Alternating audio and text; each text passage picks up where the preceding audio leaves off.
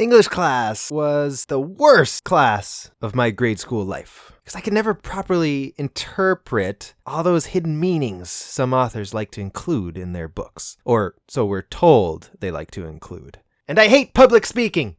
The worst. I was much more of a science guy and art guy. I always drew stuff, and I loved physics and music too. I liked music. I played the trombone. Yeah, that was kind of cool. Okay, it wasn't. I was always so jealous of those other instruments. Small instruments that could fit in your backpack. So I'm a pretty creative person by nature. So when I first started taking English classes in school, I was pretty excited to write short stories and let my imagination soar. Soar.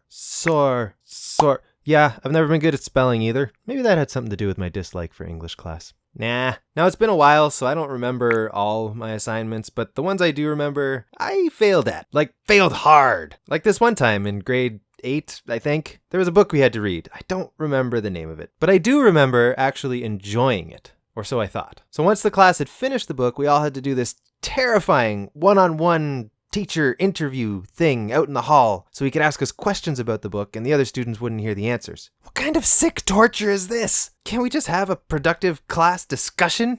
I'm an excellent listener. So when it was my turn, I was nervous, but I was pretty confident that I could answer his question since I liked this book. This was rare. I liked this book.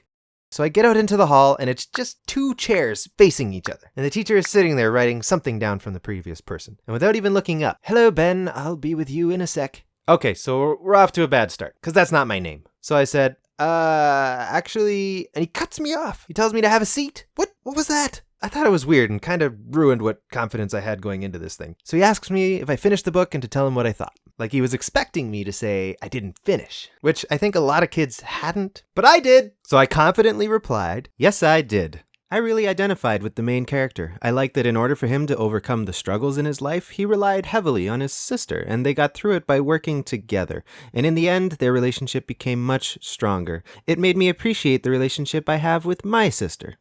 Nailed it! Gold star! Me, 1. Teacher, 0. Bring on the next question. There was one part of this moment in my life that I will never forget. His response. You do understand that his sister was dead, and that he suffered from schizophrenia because of his loss. Yes. No, I didn't. I don't know why I said yes. And that was it. The interview was over. None of his other questions even applied because apparently I missed a small, slightly important note at the beginning and read a completely different story.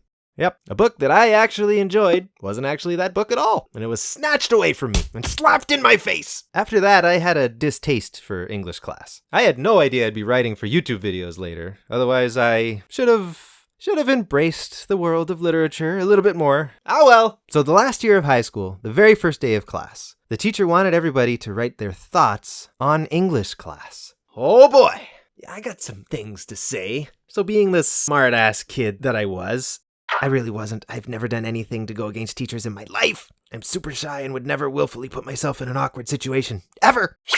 I have no idea what the other kids wrote, but I was gonna tell my true feelings. I can't remember the whole body of what I wrote, but the opening sentence was this. Why I think English class is a bunch of BS. Oh yeah!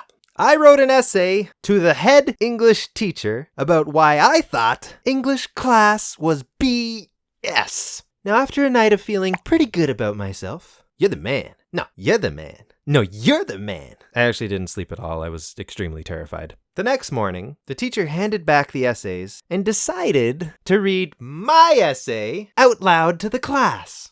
What is this? Why? Why me? I never thought it would be read out loud. And even though he didn't say my name, I'm pretty sure the kids knew because they were looking around the room trying to feel out, who is this kid who wrote this? And if they looked in my direction, it would have been pretty obvious that I wrote it. Red-faced, sunken in my chair, sweating, so much sweat. This is when I learned accountability. When he was reading my wonderful destruction of this man's career, he explained that he didn't see BS as we know it. He saw it as a beautiful story.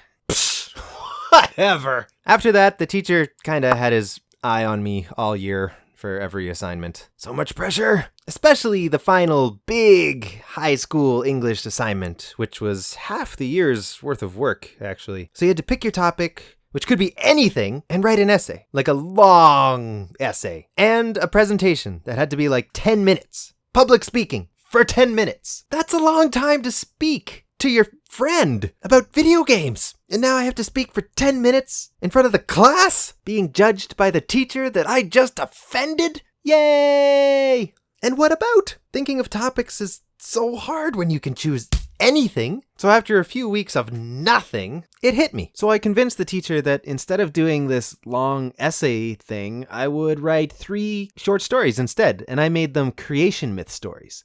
And then for my speech, I ended up talking about how mythology influenced the different eras of the artistic world. Yeah, proud moment.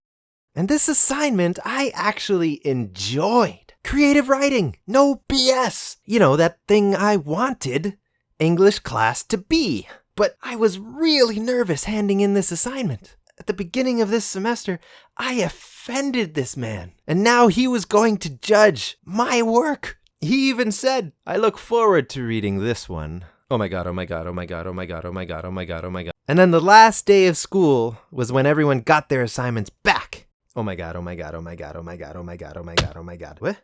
I nailed it! Gold star! The teacher actually shook my hand. He shook my hand and said, very well done. That was a beautiful story. And I got the highest mark on the assignment that year. So I guess English class wasn't so bad after all. You just have to make it your own into the things you're passionate about. Or maybe it's actually about completely lowering your teacher's expectations at the beginning of the year and then blowing them out of the water by the end. Ha ha ha. Okay, that's it.